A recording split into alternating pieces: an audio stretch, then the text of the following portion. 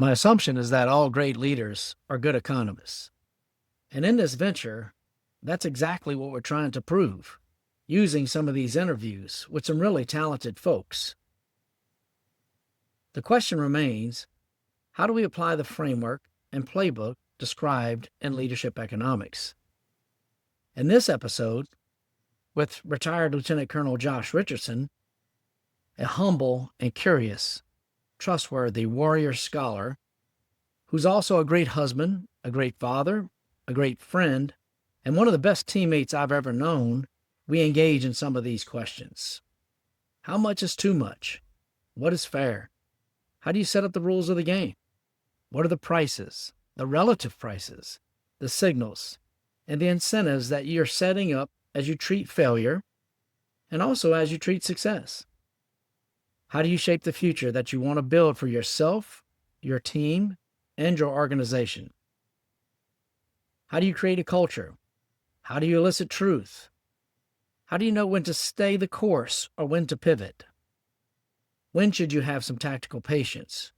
Do you know the whole story? Do you have enough information to make that decision? And sometimes it's just a feeling.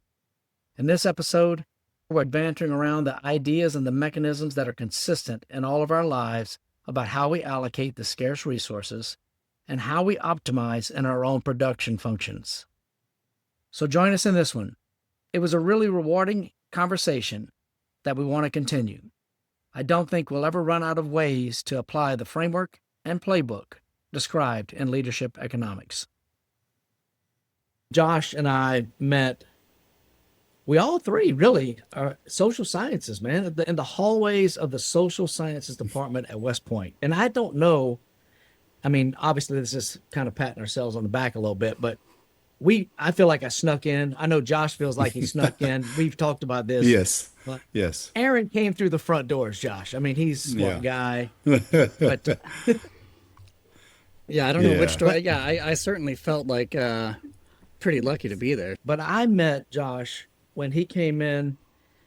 It was when he came in as a Downing Scholar, which is a tremendous program. To me, the first thing I noticed about Josh is that he was like tall, dark, and handsome and wore the uniform right. Everything about what I looked at, this soldier wore it right. And everything about him looked right. He's like 82nd Airborne, 75th Ranger Regiment, jump master, got the boots on, looking just perfect. And then you got to wonder what he's covering up for, wearing all that way. What's below the surface we need to learn more about. I just wanted to, I'm like, this guy, first of all, too, I was like, on the intramural squad, he's going to be wonderful. Like, I don't know what he's done in his past, but we had some fun. If we throw a Frisbee up to this guy, he's going to catch it. It looks like he can do it. So I was really excited the first time I met you, but what a wonderful person. We've become very close, Josh and I. Yes, we have. Fighting out of the, North Carolina, one of my favorite states in this great country, and become close to his family, his graduate degree out of Johns Hopkins, this international economics and international relations degree he's got to put economics first, just because I know Aaron, you got to know he's a little drunk on the Kool-Aid with us. He loved the idea of the economic leader when it first started, and he has stayed in touch to get every version that has come out. And so for me, he is proof that this stuff works because he believes in our ideas. And I don't know someone more personally and professionally satisfied than Lieutenant Colonel retired Josh Richardson. So Josh, we are blessed, man, to have you here today. And I'm just blessed to have you in my life. So that's a long way around an intro. Now, right now, you've been out of the Army for a few years. I was honored to be at your retirement ceremony, got to host it and got to say a few words to run it. We were honored. We were honored. Yeah. It was wonderful. But currently dividing your time between two ventures here, principal consultant with DEKRA, strategic consulting, and also serves as director for operations for the General Wayne A. Downing Scholarship Program, a nonprofit up at West Point. And it is again, I already mentioned it once. Man, we're tremendously honored to have you here. So I'm going to turn it over to you real quick, just some opening comments, and then Aaron's going to lead us in with some questions, and we can talk about this, mate. Yeah, absolutely. Spencer, thank you for that. And for both of you for asking me to be on. I am a huge fan of this endeavor, the economic leader, but also just a huge fan of both of you and your demonstrated leadership coming from different areas, from the operational force in our Army and from academia, but coming into a space that's really important, thinking about hard things and things that are things that really can make a difference in our world. No matter where you find yourself, working on trying to help make a team better or whatnot. Just appreciate both of you and your families, and the opportunity to chat with you a little bit today around some of these principles. So thanks.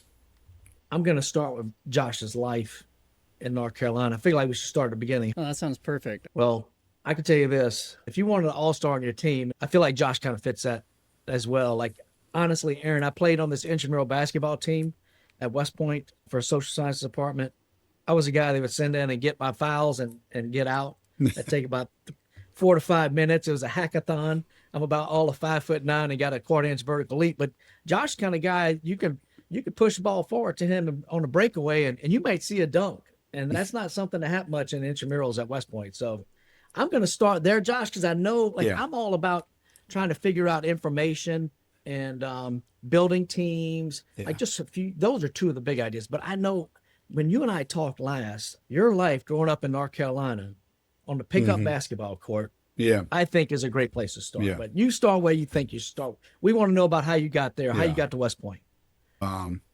Hyperbole aside about my ability to lead a break or dunk, guys, I have in the last few years reflected a lot about some different experiences that led me into things and through things to where I am. And honestly, I'm more curious now about the role that playing pickup basketball as a young kid played in that than I definitely used to be. I spent a lot of my growing up time hunting a pickup game of basketball in my small town. I loved it. It's just the challenge and the thrill of, first of all, who's going to be at the park? I mean, you don't even know who's going to show up that day. And then some days are better than others. Some days it's hopping. And then it's a matter of who am I going to get paired up with? And how are we going to figure out how to complement one another well enough to win? And on the pickup court, surviving is winning because you get to stay. Win or stay. As I think back to that and just spending that much time doing that and learning how to read people and how to, make my contribution matter. I was rarely ever the best player on the court, but I could figure out a way to make my team better. I think that pulls through and plays through. Yeah, absolutely. Absolutely. Winner got ups, Aaron. That's what we normally would say. Winner got ups. Yeah. Well, I guess one of the questions that, as I was thinking through that story that you're just telling, you'd also mentioned that you felt like basketball, pickup basketball in particular, was sort of like a market, and where you needed to have coordination to decide who stayed on the court, right? So, can you just walk us through a little bit more about what you learned about being a great role player when you're not the best athlete in the gym? Yeah, I'm just thinking out loud with you, and I don't have it all wrapped up tight, but you've got to learn quick.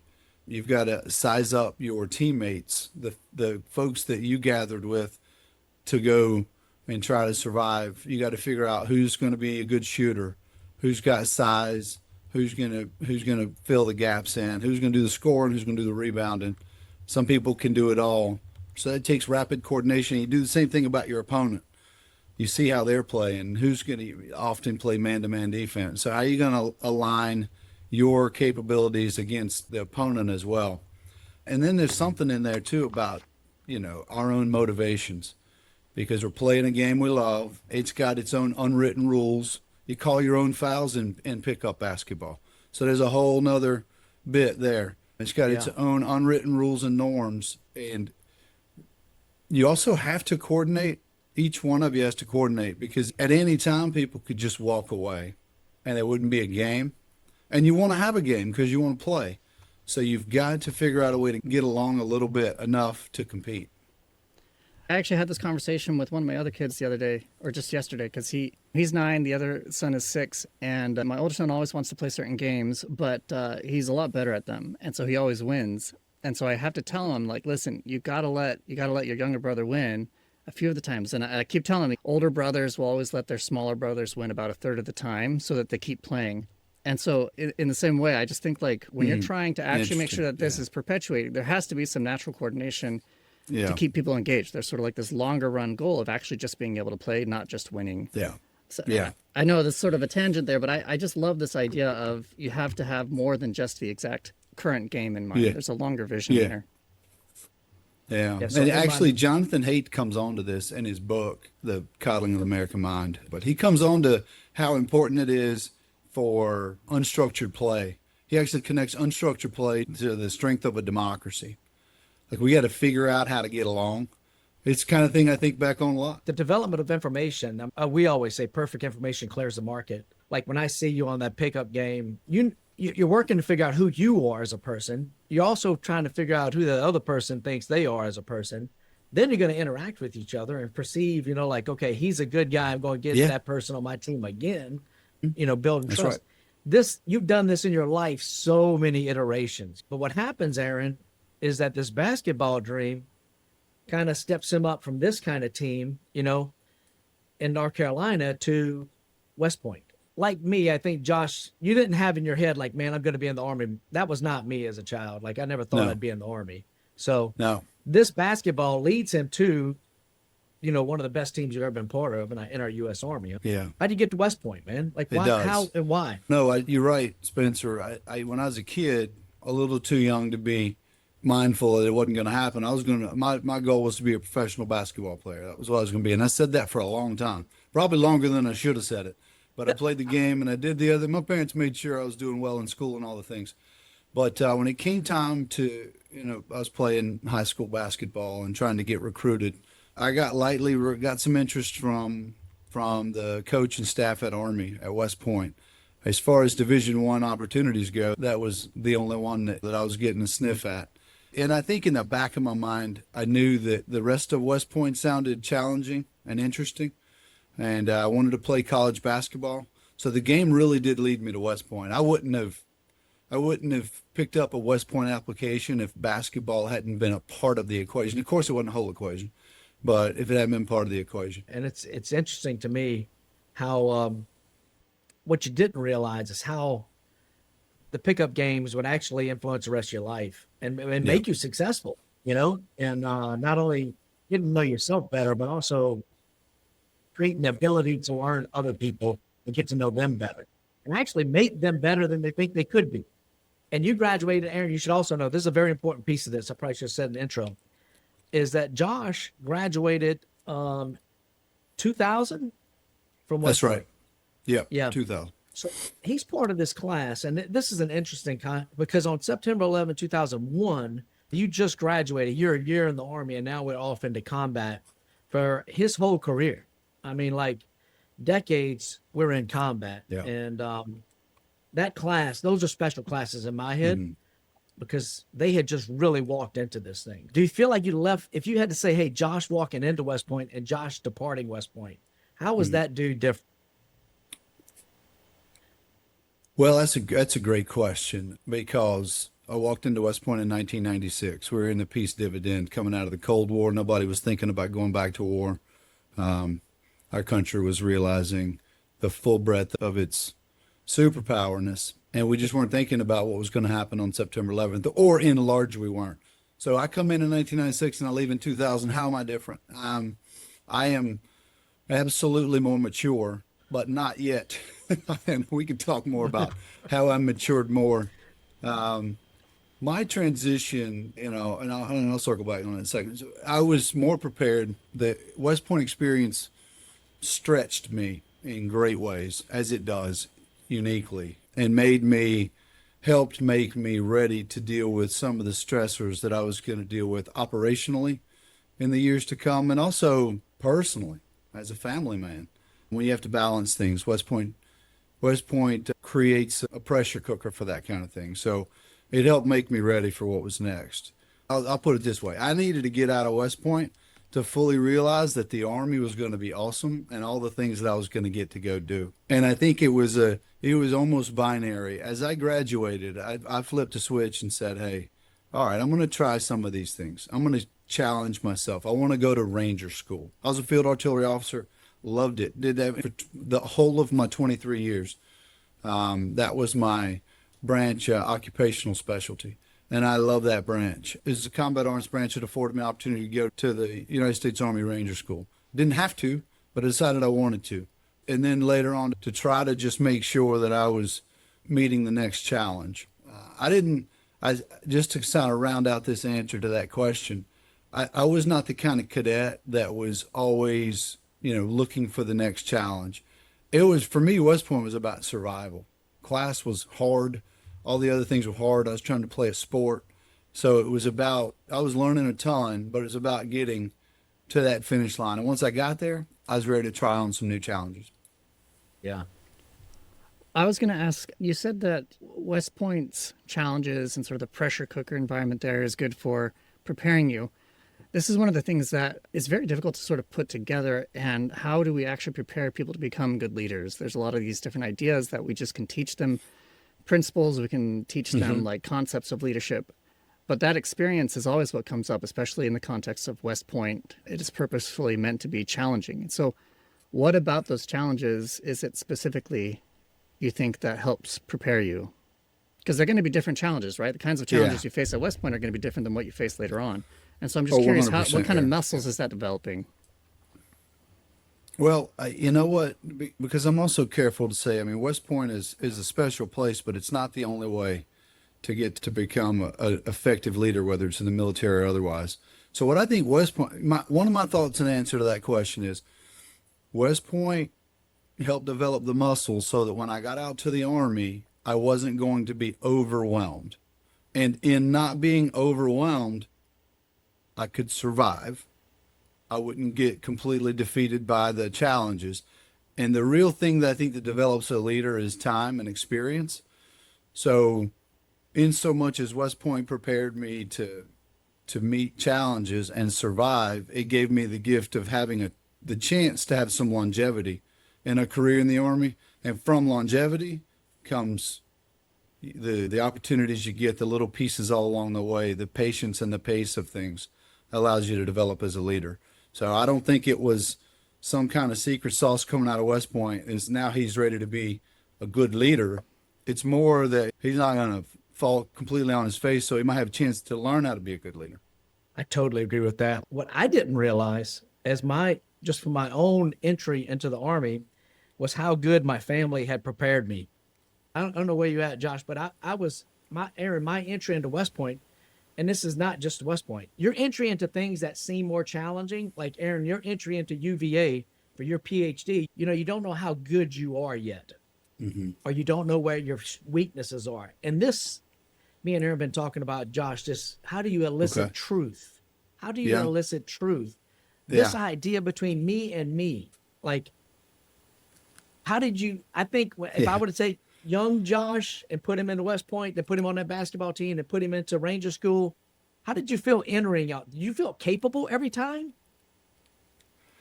No, I did not. Looking back, what I think is a healthy amount of apprehension about, am I going to be able to do it? But you get, I think with a couple reps of that, you learn that that's a good feeling to have. You don't run away from that feeling of, I'm not sure that I'm up to the task.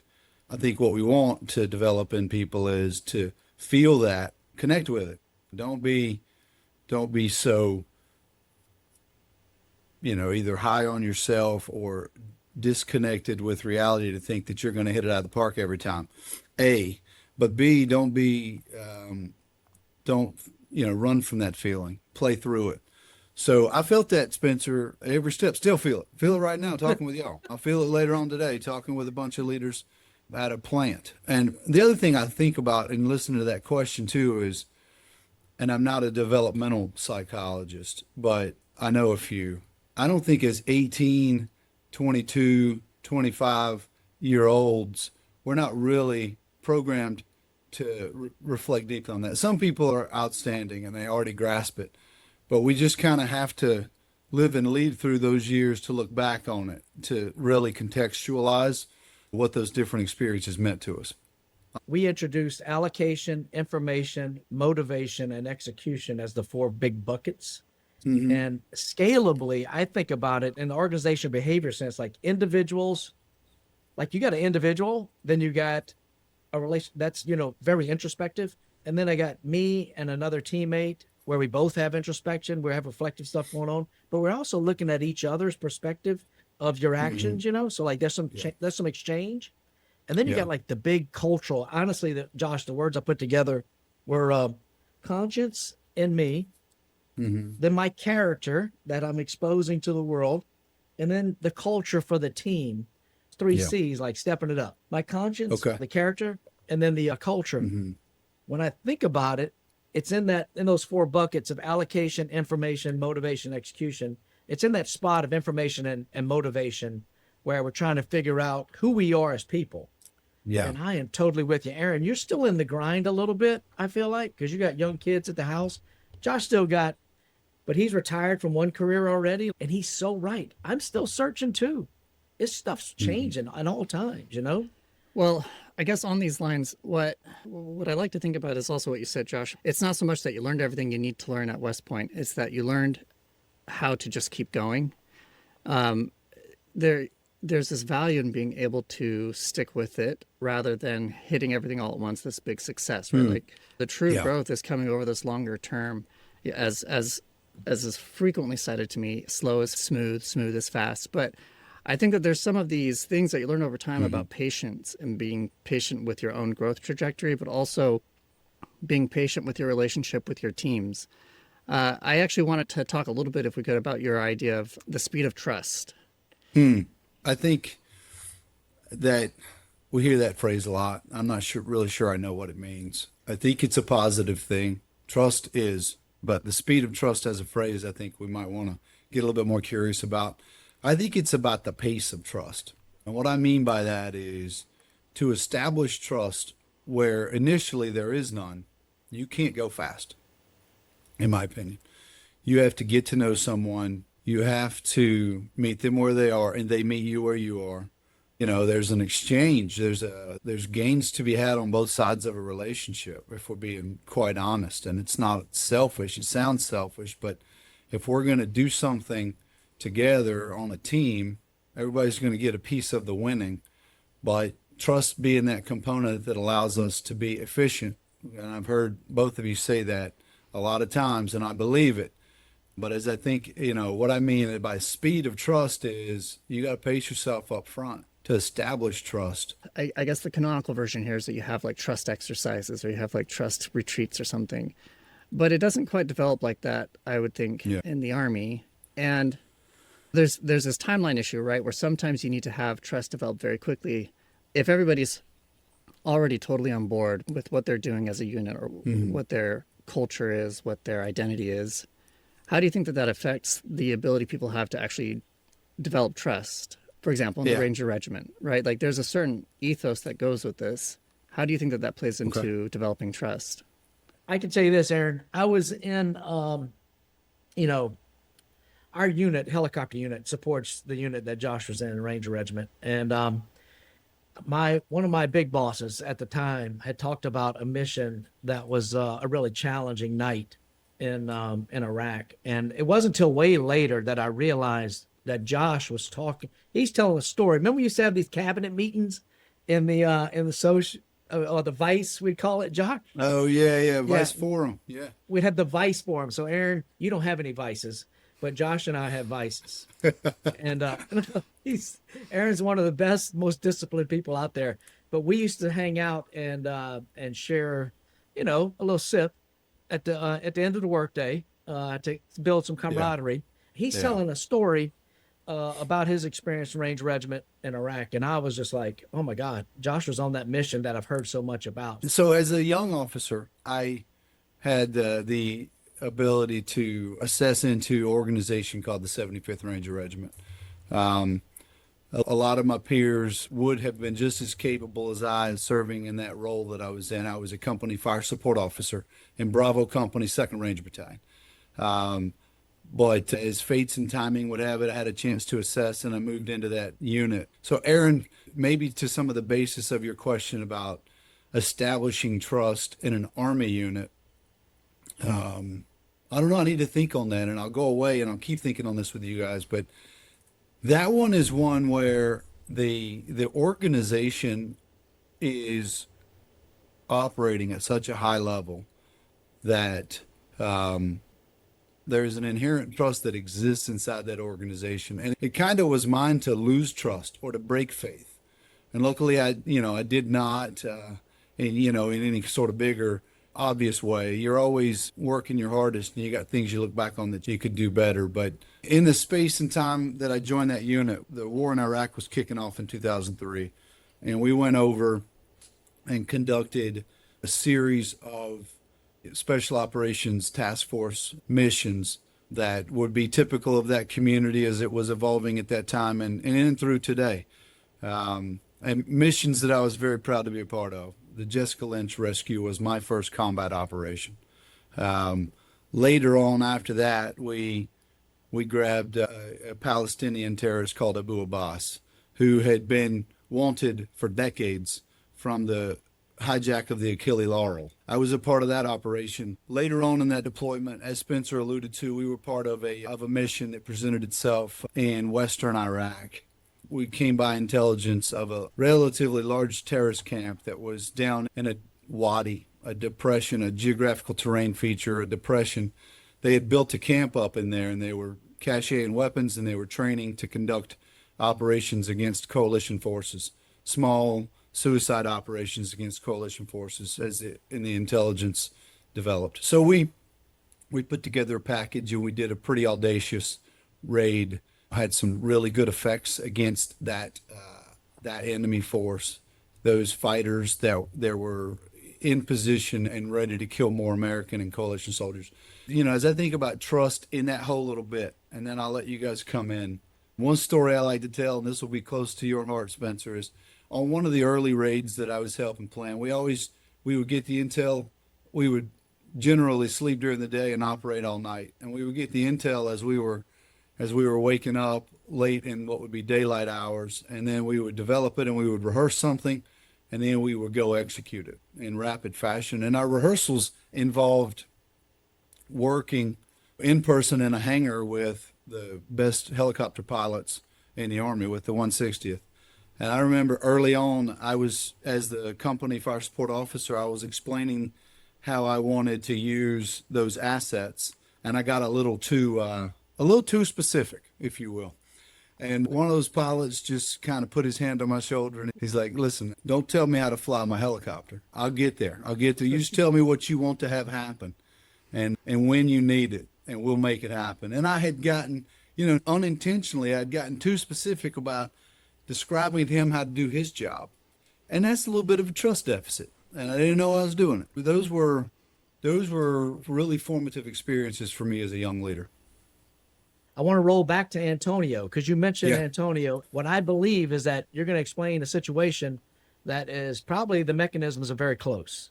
The mechanisms. The situation may be totally different. I don't know, Antonio. So I had a wonderful opportunity to mentor a cadet at West Point named Antonio, who had broken a rule big enough to get him in trouble. He needed a mentor to help him work through it. The rule that he had broken was that he got found sitting on a piece of furniture, a bed as it was, with a cadet of the opposite sex, right? We got rules about that stuff.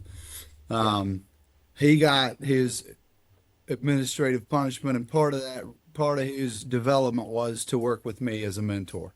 What I learned over the course of months of working with Antonio was that he had issues trusting authority.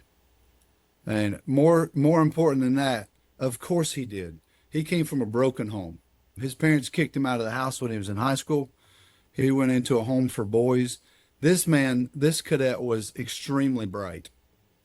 His class was not hard for him, but trusting was hard for him because he didn't have the upbringing that Josh Richardson had, which was nice middle class upbringing, Christmas presents under the Christmas tree. We did fine.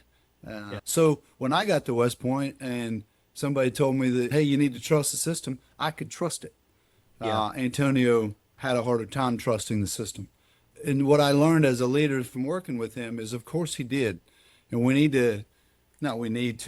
it allows me to consider and make sure that I'm connecting with people that I have a chance to work with, and understanding that we all bring different lived experiences to the table.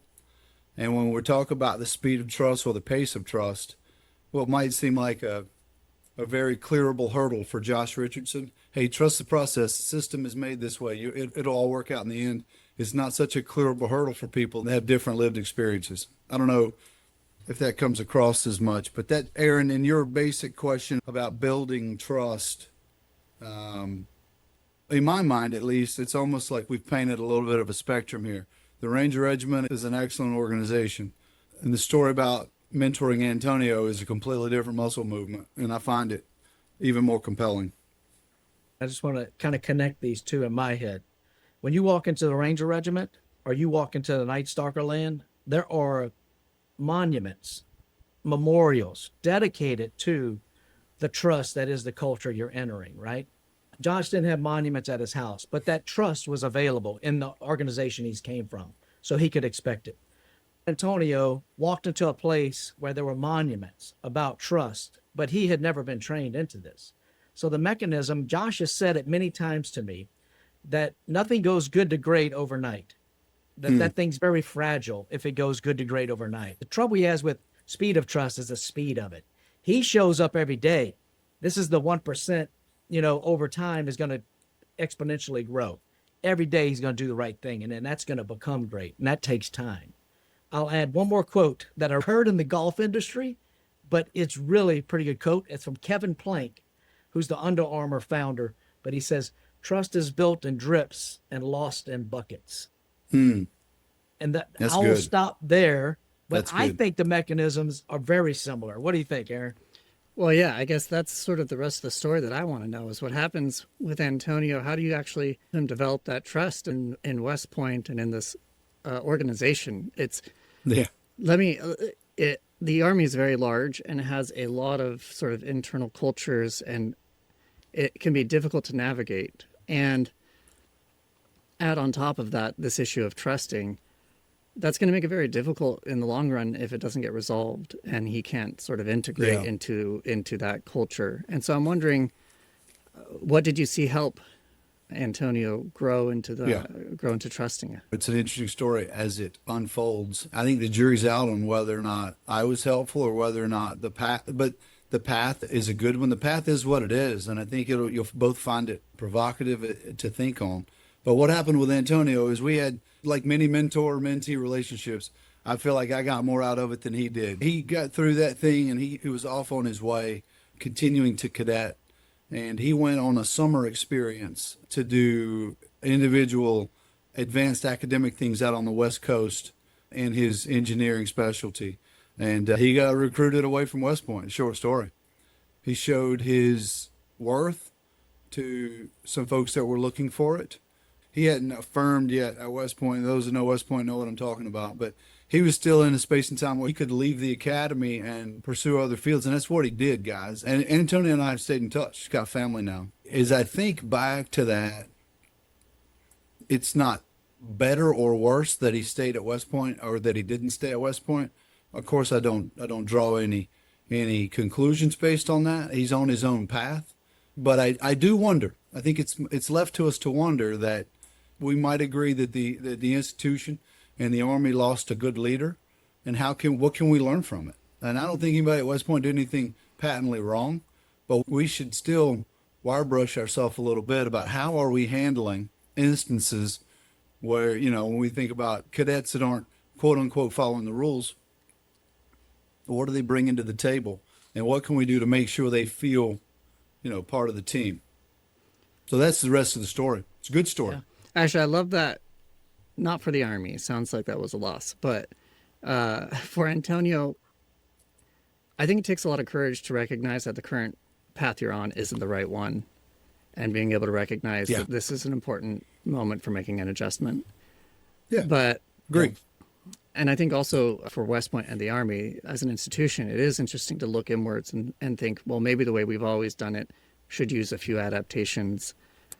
Large institutions struggle to actually make those changes, I think, without some very concerted leadership. One of the things we talk about a lot is how do you adjust to what the world's actually showing you? How do you adjust to when you realize something's not quite exactly what you had hoped for, or it's not taking you to the goal you're seeking? And like I said, it can be very difficult if you're very entrenched in a certain path that's just not quite right for you. So I'm actually Yeah. impressed. I want to jump in on that if I can, because you're in a headspace of mine. As a father, I worry about my daughters, and you think about folks. So, yeah, I mean, part of that, how do you adjust when, I forget exactly how you just said it, Aaron, but when things aren't going the way you expected them to, or it doesn't feel like you're in the right place. For me, a measure of that is you keep doing because you don't know yet. And I think that there's a danger in, so this is a tough, how do you, as an individual, how do you weigh this out? Because part of my philosophy is just be patient, be where you're at, be where your feet are planted, do good today, because you don't know the whole story yet. If the rules are dumb or your boss is mean, don't, and I know this is not what you're saying, Aaron, but this is me talking, but No. don't take that and then just redirect based off of it, because you don't know the whole story yet. And this is kind of gets into what we've talked about before and shared about with, around the concept of a free rider or many other concepts. We think we know, especially when we're younger, 18, 22, 25, we think we know it all, but we don't. So how do we tell that young person, stay the course, Yeah. trust the system? Again, I don't back to Antonio or Josh or Aaron or Spencer. Trust the system, because if you do that for long enough and work hard, you'll look back and realize you had no idea of the bigger picture. And it's a good thing you stuck it out, because you've got all these opportunities. But, and then I'll hush and let you come back in. Aaron, to your point, sometimes there's a time for you to pivot. So how do you know when to stay the course or when to pivot? Yeah, this is a big question. I mean, canonically, this is called the explore versus exploit. You look at kids choosing their major in college. I mean, right now, my daughter's, she just got on the 7th grade lacrosse team. She's doing piano, Nice. she does violin, she does chorus, and she even does dance. And it's like all this stuff. And, we've been very open to her trying a lot of different things for a while. But it's one of those things where I don't like to do things poorly. And I don't think she does either. And so Yeah. we're a bit overloaded now. And it's time to start winnowing down what are the things that are really important to you. And I see this less at West Point, because college majors at West Point need to be chosen a little earlier and they're hard to switch. But this is a problem in higher education too, where kids are switching their majors all up until their 3rd year at college. And where's the point at which you've explored enough and you have to actually go down a route? And what's fun about this problem is that there's actually no mathematical solution. I guess maybe that's not so fun for other people, but to me it's fascinating because because it means I that was there's- just thinking Aaron was like, there's no mathematical solution. Wait, there will be. Yeah. No, well, so it's been proven to be unsolvable is the fun Okay. thing. And the reason I say that is because it means that there's some part of us as humans that actually has to make this choice somehow. And there's not some ultimate function that tells you what that's going to be. And so at what point, for me, the answer comes into this sort of mental flexibility where you can maintain a couple of these paths simultaneously and just be patient with it. Like you said, be patient with it. You don't need to, you don't always have to decide right now. And you can just slowly explore this and sit with it for a while and not let that ambiguity of what your future is going to look like frighten you away from making a good choice. So the answer to your question of like, how do you make that choice? The answer is that there isn't an answer. It can't be solved. Right. But But there is a feeling. Did you hear him say it? yeah, well, that's And- right. And I think that's what I mean is that there's something else in us that's able to actually call it what you want. But this is sort of in my head the definition of free will, where you get to choose. Like, Yeah. there's not some formula sitting in the background telling you it's time to jump ship, right? Like, you have to actually make these choices yourself. And that right there, what you guys just went through, I feel like we're bringing the feeling back, because there is an equilibrium. And this is what Aaron and I have talked about, and you just crushed it right here. And that this relative pricing mechanism, like, I'm going to tell you, Night Stalkers don't quit. Up until the point that I'm telling you that sending another light-skinned helicopter into Mogadishu would be silly. Yeah. Okay. Yeah. Now we have to quit. So the dead ends matter. the failures matter because they inform how we're going to make the next allocation resource or the next allocation decision for some scarce resource, right? Yeah. What we're saying is like what we've talked about is that having some tactical patience. Do you have enough perseverance to get to the right information? Do you know when this is the time to make a decision? That doesn't come lightly. That comes over years and years of failure, years and years of success, experience. I think going back to what you believe in, that you don't go good to great overnight. So these relationships are built in an exchange of, I call it the currency of commitment, but we're all ultimately looking to win, right? It's a win-win. It's a survival mechanism. So, I mean, that little piece right there, I think this is the common mechanism that I think works in economics. It works in dollars. It works in scarce resources that are very apparent, but it also works in relationships with each other because trust is a scarce resource. And economics is about choice. Economics is about developing or coordinating a win-win to make the pie bigger. The Senior Leader Development Program is what that thing's called. I did 5 of them in my 6 years. So I had 5 Antonios in my 6. But when you and I were there, when you were there, there was no second chance. Like if you had an honor violation, you were generally kicked out. So do we believe that you deserve a second chance? Like some old grads, this is a West Point thing, but it's a thing everywhere. How many chances do you get? Do you get a third chance? Do you get a fourth chance? Now, what have we done to the monument? What are our standards now that we've... So like, here's the real beef in that choice and the free will that Aaron was talking about is like, well, where do we stop and say, no, that's too much? So how much has been the question for me, Aaron? How much? I think the other part of this also, this comes back to a little bit of what Josh was saying about the free rider. The culture of an institution is very important for the motivation. We talk about motivation a lot in economics in terms of bonuses and financial motivation, but this whole idea is very different where people are motivated by a lot of different things. And so if you're trying to understand when is the point to cut this sort of relationship, there comes a point where you have to be able to identify whether or not they're ever going to be motivated to pursue the same objective as the team or something like that, right? So I guess that's the next question for you, Josh, is how do you tease out either their underlying motivations? How do you adapt it into the motivations of the organization? Or what do you recognize that it's not a good fit? I think the answer to the how part of that is you try to create systems where you can be in person, you can be close, and you can watch behavior over time. And maybe you create parts of the environment, you create barriers to staying in. So when you break a rule at West Point, you might get turned back 6 months. You don't get to graduate with your classmates. That might just weed you out. If you're not worth being in the Army and you leave based on that, then that's an appropriate incentive mechanism. Or if you do, you go through the redevelopment and you do stay and you graduate later, there are untold numbers of stories of folks that go out and are great leaders for our Army because of what that process put them through. I taught international relations, but we taught a lesson that had a reading from Douglas North about the rules of the game, and man, it sticks. We should expect actors to break the rules if the punishment is not severe enough.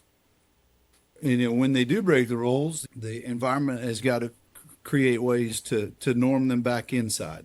So in our example here about cadets that break the rules, there's pain, there's punishment that comes with it. And when they're designed to deal with that in a developmental way, expecting players to break the rules of the game is important for leaders to understand. Otherwise, we get caught up in this idea, Aaron's not doing like he's supposed to. He doesn't really care about the team. No, Aaron is self-interested. And he cares about the team. It's not or. And he cares about the team, but he's also going to try to win. And in winning, he's going to push the boundary as far as he can to gain an advantage. That is not bad. And if the rules of the game are orchestrated appropriately, then we've got a system that's going to be efficient and clear and transparent. I used to tell the example of the 1982 National Championship basketball game. University of North Carolina versus the Georgetown Hoyas. Close, near and dear to my heart. Yeah. John Thompson told his center, Patrick Ewing, to goaltend every shot that was shot in the paint. If you know basketball, you know what that means. There's a rule called goaltending. And if the ball's coming down and you block it, then the basket counts. But John Thompson had decided that the psychological impact of Patrick Ewing knocking those shots into the second row of the stands would mess with North Carolina's big men to the point where the benefits would outweigh the cost of breaking that rule. I don't know how effective it was. Carolina ended up winning a game on a last-second shot by Michael Jordan. But the point is, the rules of the game, the punishment for breaking that rule was not severe enough, and that player and that coach were well within their rights to break that rule and accept the punishment. No, what you're doing is you're giving up the possibility that the shot may be missed, right? So like when true. Ewing goes up there and knocks it away, he's saying, I'm giving you these points, but I believe, and you may have missed the shot. Now, I've never been in a position to goaltend anything in my life, but I'm giving away the chance that you may have missed it just to prove that I'm the big man in the middle and you haven't dealt with this yet. And that really matters. I feel like that's a choice that he's making and giving away that chance. But I'll go back to the how much. The rules that you're talking about, I'll go to Ranger School. If you go through Ranger School, you walk through the mountain phase, right? And then you fail at the end of that thing. And what's the penance? You fail Ranger. You fail mountain phase. Yeah. You go get bluebird. There you go. So the I'd question do is, them again. how much if it would have said, hey, you got to go back to day one, you got to go back to Darby. You know what I mean? That's do right. you do that? Like the question becomes how much? Okay. And for me, this is the pricing mechanism. As soon as I say how much are you willing to give, now we're testing. And it could be that the win-win is you vacating this. You don't fit the Army, or you don't fit the job that you're going to. And it may be a favor that you go do something else, right? Mm-hmm. But if you want this pathway, this is now how high have we made the hurdle? If it is that we're going to kick every kid out for the honor code and we don't give them a second chance, are we lacking tactical patience in ourselves? Because these are young men and women that have dedicated themselves, but maybe we should give them a second chance. Okay. So it's the pricing mechanism. I think the commonality of it is the pricing mechanism that, Aaron, we're searching for in every one of the decisions we make as organizations and the standard operating procedures we set in, and as individuals and the individual relationships we have, and with our own selves, our identity. Like, are we accepting this kind of action for ourselves? Like, I can't look in the mirror if I do that wrong. Anyway, that's kind of how I think about it. This is, again, one of those like classic conundrums. This is why it's fun to talk to actual leaders about this, because how much of the justice do you impose and how much of the mercy do you impose, and when, right? Like that's a problem of how do you actually convey to the team what matters. And as Spencer has said in the past, the more you let the rules break, the more exceptions you make, then you no longer have a rule. And so there's this careful balance. And then if you make an exception for one person and not another person, then what sort of a signal does that send to the team as well, right? So I think that, as people are pushing on the rules or bending the rules, at what point do you actually foresee, the actual enforcement of those rules? And I don't know that there's a perfect answer here, but this is where, again, this sort of nebulous idea of leadership that we talk about, it comes into being able to deal with this. And so what's sort of your take? We could stick with the basketball example. Should we have had a stricter, harsher penalty? Or we can come back to the Antonia example or other West Point cadets. In your mind, what are some heuristics maybe that you use to balance these two issues? I mean, I think we're probably best to come back into the Army, and some things that I've talked with, that I've been mentored on and I've mentored teammates around. One of the things we think about is try not to make the same mistake twice. If you have a teammate who is not maturing within the rules, within the norms, within the culture that you have set for your team, and there's sort of repeated same mistakes, then it's probably time to help that person to another venture for the good of him or her and the good of your team. Yeah, I like that. That's one thought. Yeah, well, the idea is that you're looking at the direction, not sort of exactly where they are, right? So if the same mistakes are coming up or if there's no clear direction towards improvement. Mm-hmm. Well, the other important thing here to me is that you keep coming back to time and like just being patient with some of the development of these things. It's the one thing that I think is lacking in a lot of maybe today's leadership culture, is that a lot of this just takes a bit of patience and being able to sit there for a minute and to observe carefully, like what direction are they heading in? Is it going to affect the other teammates if we have some sort of an exception here, right? That's the leadership, is being able to navigate that. Yeah. And it's also hard for large organizations to do it right. When you've scaled to where you don't have the ability to sit down with your fire team leader ought to be able to do this. Yeah. And then, but as organizations scale at echelon, then that's where we potentially find the need for standards, because I don't have a chance to walk side by side with you every day. So here are the standards. And if you can't adhere to them, then here are the repercussions, kind of thing. Yeah. So that I think there's a size issue. You keep bringing up pace, and I keep bringing up pace and speed. Guys, I'll share with you, one of the things I struggle with the most right now is we're in an environment where we talk about, the technology is moving fast. We talk about our ability to do things fast that I think should be done slow. Yeah. Not go too big to come back down to where we are, but the North Atlantic Treaty Organization is supposed to work slow. That's the beauty of it. Mm-hmm. International organizations are supposed to be cumbersome. That's why they work. Yet we get frustrated that they're slow, and that's fine. But as we move into and through this era where we have access to so much technology that helps us move fast and do fast and know fast, I think that's in tension with what we're talking about here, with the need to pace ourselves. I don't have a solution for it. There's a tension there that I think is critical. Yeah. And I think the solution is equilibrium. And equilibriums are found not overnight, like you're saying. I mean, you have to be patient with some of these things, unless there's a real outcome that could fail, if you don't act fast, act now. So I want to kind of rotate into what you're doing currently. And again, we jump pathways, and somebody told me a long time ago, it takes like seven failures, Aaron. 6 failures. Your 7th choice will be the right one. I don't know which one I'm on now, and I don't know if I'll ever find the right one since I've retired. But I think you as a person, Josh, your awareness, first of all, to collect good information, to be genuine and authentic, really matters. And I think your current position, from what I know of it, kind of fits you very well, in that in the scale you're talking about, you're setting up the rules of the game. I got a few buddies in the golf industry that says, I've never fired anybody, they say. The standards fired them. And good leaders look inward first and say, maybe you didn't understand.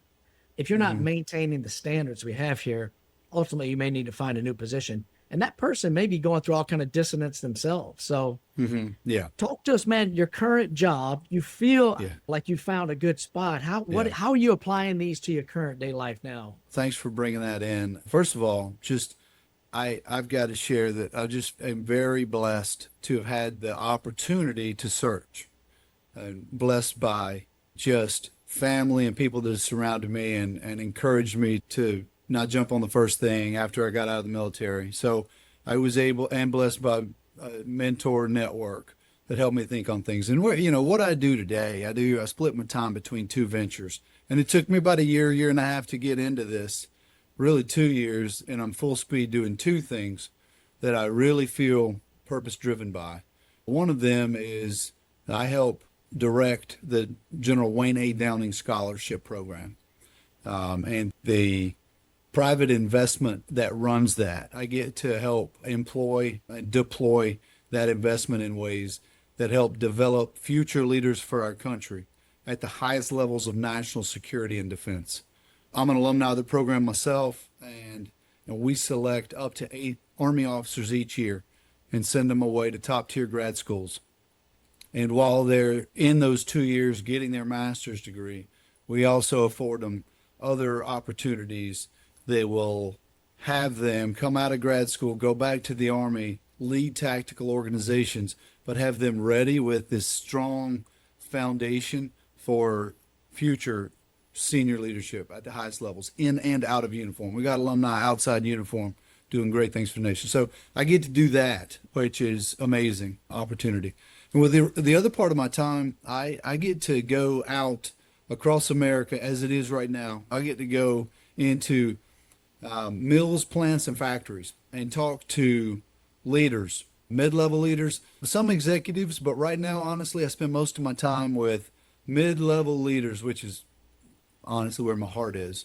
These hardworking men and women that are going to the factory every day to produce a good. What I get to do, empowered by the company I work for, DEKRA, is I get to work with these folks about how to build a culture of excellence around safety, because invariably they're dealing with heavy machinery that could take an arm off if they're not paying attention. All kinds of hazards and things of that nature. And safety in industry is not a new thing, but the way that we go about working with these leaders is extremely compelling. And I do think it plays on some of my strengths, and I'm getting better as I go, because we get to talk to them about how do you create a culture around here at the plant where we're not going to cut corners. We're not going to do it that way. That's not the way we do, because it's going to increase the chance that somebody doesn't get to go home at the end of their shift. So it's leadership training, it's leader development around safety. And I find it compelling for a number of reasons. A, it's important work. But B, I love connecting with this audience, which is very much not the military, and who invariably, as we introduce ourselves and I talk about where I came from, invariably show me a lot of respect for what I have done in uniform. I get to never miss a beat turning around to them and saying, well, there's a whole lot of different ways to serve this country. And you are serving this country as well. Yeah. You don't have to put on a uniform to do it. I like to do that with folks in the military to remind them that, we tend to get thanked a whole lot, and not to get stuck in that mindset, and to always return that. Whenever somebody thanks me, what I try to return that to them and say, I feel very fortunate to have had the opportunity to serve. And it makes me extremely optimistic going out across the country in mills, plants, and factories and working with these leaders who are showing up for long shifts day after day, keeping the plant running, making a product, and to see leadership through a different lens. So being able to do both of those, split my time between both of those right now, is a blessing. Aaron, you've used the word canonical a few times, and I just looked it up recently here. But Josh, it's like from canon, right? I was like the rules, right? Nothing says I care more than I want you to go home to your family safely tonight. I think it's a genuine concern. Now, what's pulling against that? What's the equilibrium that's pulling against that? Is the middle manager pushing for efficiency, making more product. Yeah, speed. That's right. So this equilibrium, and what you may find, and this is the really nice thing about it, when we open with slow is smooth and smooth is fast, is that if you show genuine care, because in the construction world, Aaron and I are going to talk to a PhD in construction management here as one of our guests. And what I have realized in the construction world is that your resume is your reputation. So if you're not doing this right, then it's going to affect your profits.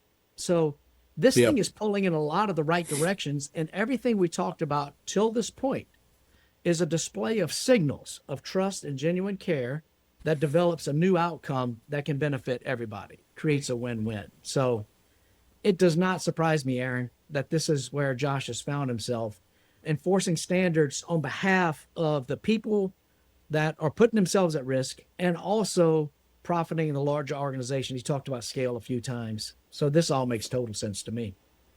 What I love is that just as we go through these different stories and these examples or these experiences, you can see how much leadership is involved in piecing together all these different competing interests. When people are concerned about the efficiency and the speed, it seems that what's more effective is starting with, I just actually want you to be safe to go home, and we're not going to compromise that for anything else. That seems to set a different tone than, okay, here's some rules, everybody's got to follow them, but let's hurry up, right? It's like actually establishing that the culture here is that we genuinely care about the people on our team. So before we let you go, Josh, it's been great to just talk with you a little bit more. Yeah. A lot of the people that are listening to this are going to be young leaders, maybe in the Army or elsewhere, or people who are aspiring to be leaders. And I think what would be nice is if what would be the last piece of advice, the one thing you'd say that they should just start doing tomorrow that would actually make a difference in the long run? As you've talked about, it doesn't happen overnight. It just takes the right direction. So what would be something, your number one thing for somebody to pick up and move with tomorrow? Thanks, Aaron and Spencer. It's been a lot of fun. And to your question, what I would leave somebody with is my philosophy, as you guys know, and I'll share briefly here, is that great is just good over time. And what that means is that if you want to be great, which most people that we hang out with do, and I love that, then all you got to do is be good today. And good, though, to check that, good is your best effort. It's your hardest work, but it's doable. Good is where you learn. You're working hard enough, but there's a measure of trust in good that over time it's going to be worth it. So that leader, to your question, Aaron, in whatever industry or walk of life that they're in, they know what it takes to give their best effort. So my advice to them would be to hear that and not go for like short-term great. Because short-term great, and we've all been, I've been guilty of it before. Short-term great is where it involves shortcuts. It involves the idea that I have to be great today. So I've got to be, I got to be so focused on being great that I shut out my teammates. I'm not learning from Aaron or Spencer, and I'm taking risks. It's short-term great is dangerous. And the opportunity cost of thinking that you have to be great today is that you don't learn. Because you're so busy trying to be great, the blinders are on, that you're not learning. So slow down, be good today, give your best effort, be a good teammate, listen, give some empathy up. If you think your boss is out of line, well, you might not know the whole picture. Be patient, be a good teammate to your peers, listen to your subordinates, and give them some runway to do their own thing, and take it at a measured pace. Because what happens is if you do that, number one, you learn. That's where you learn. And you actually develop a habit. It becomes a habit to be good because you don't let yourself down. The other thing is when you try for short-term great and you don't achieve it, you get disappointed in yourself and you get crestfallen and you start to question everything. But when you set your goal as I'm going to be good today, you realize you can. And that becomes a habit, and it feels good. Selfish, again, me as a selfish person, you like achieving goals. Okay, I said I was going to do this and I did it. The other outcome of this habit is that you turn around one day and you're great. People think you're great. And all you were was good today and tomorrow. So that's the advice I would give. Yeah. I love That's it. awesome, man. Aaron, I want to thank, I hope they listen to this, Josh's family, who I got to know real well. Not only the family back in North Carolina, it's a great parachute, and Josh gave him the right credit, giving you the patience to get in the right spot. But also his 4 young daughters, they're more courageous than most people I've ever met in my life. My heart goes out to those 4 girls, Josh. You've done They're it right, a good team. brother. It's quite a squad. You have done it right. Straight, not straightened. That's what I told Aaron about you. You're like Marcus Aurelius to me, straight, not straightened. And you always make things way too grand, but I appreciate you. It works though, doesn't it? there's plenty of people we can interview, but I know true, genuine care, and that's found in Josh Richardson. So thank you, bro. Yeah. And I can't let you say without thanking Susan as well, my bride. She's my rock, an amazing example to all of us. And family, the impact family has had on me. Shannon going back over the years, and the girls you mentioned, and Susan today. I've never done anything of consequence on my own, and I've just been very blessed.